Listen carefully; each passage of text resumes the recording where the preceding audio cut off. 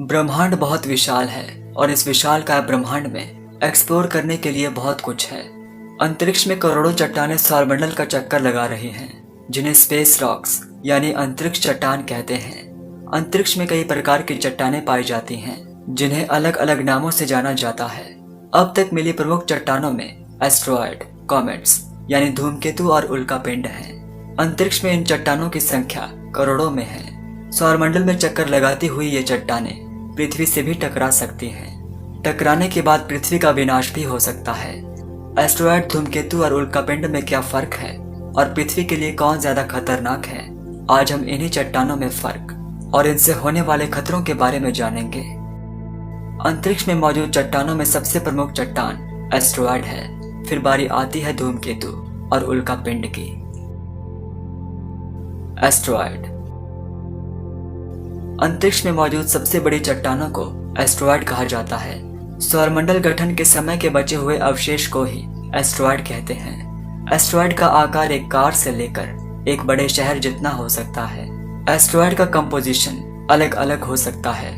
कुछ एस्ट्रॉयड धातु के बने होते हैं, तो कुछ कार्बन से बने होते हैं और कुछ सिर्फ पत्थर के बने होते हैं। अंतरिक्ष में ऐसे भी एस्ट्रॉयड देखे गए हैं जो न तो कार्बन के बने होते हैं और न ही धातु के, बल्कि सिर्फ मलबे के ढेर हैं, जो अपनी ही ग्रेविटी के कारण अपने में ही सिमटे होते हैं। इस वजह से इनका आकार काफी बड़ा होता है।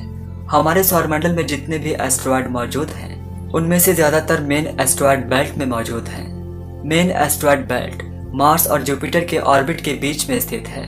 इस मेन एस्ट्रॉयड बेल्ट में एस्ट्रॉयड की संख्या करोड़ों में हो सकती है। एस्ट्रॉयड्स मार्स और जुपिटर के अलावा और दूसरे ग्रहों के ऑर्बिट में भी चक्कर लगाते हैं। पृथ्वी के ऑर्बिट में चक्कर लगाने वाले एस्ट्रॉयड को नियर अर्थ ऑब्जेक्ट कहते हैं, जिसे शॉर्ट में नियोस भी कहते हैं।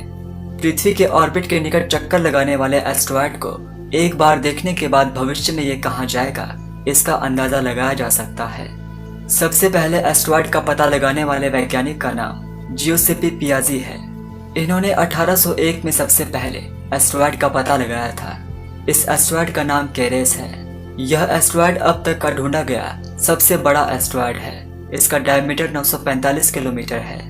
पहले इसे एक ग्रह माना गया था, लेकिन बाद में ये पता चला कि ये ग्रह नहीं बल्कि एक एस्ट्रॉयड है।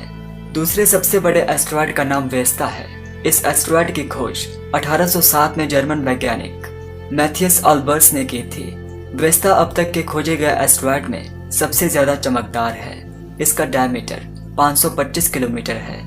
एस्ट्रॉयड को इनके बड़े आकार की वजह से क्षुद्र ग्रह भी कहा जाता है। सौरमंडल में एस्ट्रॉयड की संख्या कितनी है, इसका सही अंदाजा नहीं लगाया जा सकता, लेकिन ऐसा माना जाता है कि इनकी संख्या करोड़ों या अरबों में हो सकती है।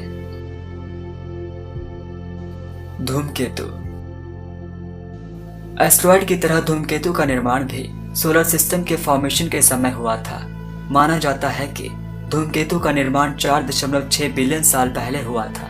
धूमकेतु भी सूर्य का चक्कर लगाते हैं। धूमकेतु सूर्य का चक्कर लगाते हुए सूर्य के काफी नजदीक चले जाते हैं, क्योंकि सूर्य की ग्रेविटी बहुत अधिक होती है। इस वजह से ज्यादातर धूमकेतु सूर्य के करीब जाने के बाद सूरज में ही समाकर खत्म हो जाते हैं। धूमकेतु एक बर्फ का गोला होता है, जो गैस, चट्टान और धूल से बना होता है। धूमकेतु का ज्यादातर हिस्सा गैसीय होता है, जो बर्फ की स्थिति में मौजूद रहता है। धूमकेतु को 3 हिस्सों में बांटा गया है: कोमा, न्यूक्लियस और पूंछ। न्यूक्लियस धूमकेतु का केंद्र होता है, जो बर्फ और चट्टान का बना होता है। न्यूक्लियस के चारों ओर गैस और धूल का गोला बना होता है, जिसे कोमा कहते हैं। Coma carbon dioxide, methane, ammonia तथा अन्य पदार्थ जैसे सिलिकेट और कार्बनिक मिश्रण से बने होते हैं। जब धूमकेतु सूर्य के करीब जाता है तो सूर्य की गर्मी के कारण इसकी बर्फ और गैस पिघलने लगती है। बर्फ और गैस पिघलकर पूंछ का निर्माण करती है। पूंछ की लंबाई करोड़ों मील तक हो सकती है। अब तक के ढूंढे गए सबसे बड़े धूमकेतु का नाम हेल बॉप है। इसका डायमीटर 60 मील है। वहीं सबसे लंबी पूंछ की बात करें तो धूमकेतु हयाकुटेकी की पूंछ सबसे लंबी है। हयाकुटेकी की पूंछ की लंबाई 500 मिलियन किलोमीटर से भी ज्यादा है।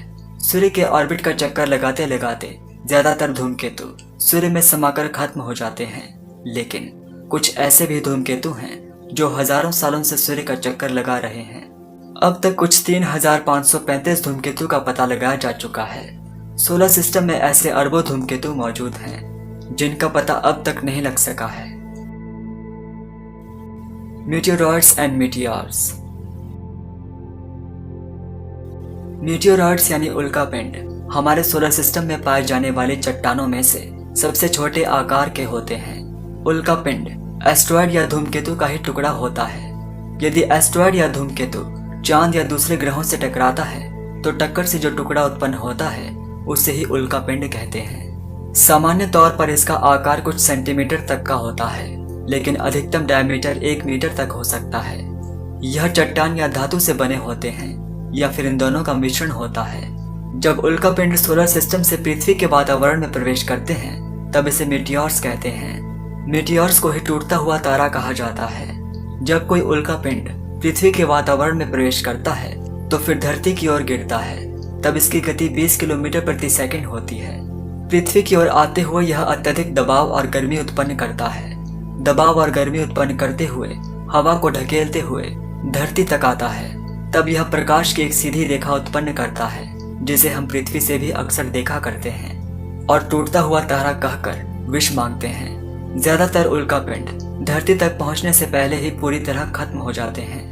वैज्ञानिकों के अनुसार पृथ्वी पर हर दिन लगभग 49 टन उल्कापिंड गिरते हैं। साइज में छोटा होने के कारण उल्कापिंड से धरती को कोई खतरा नहीं है।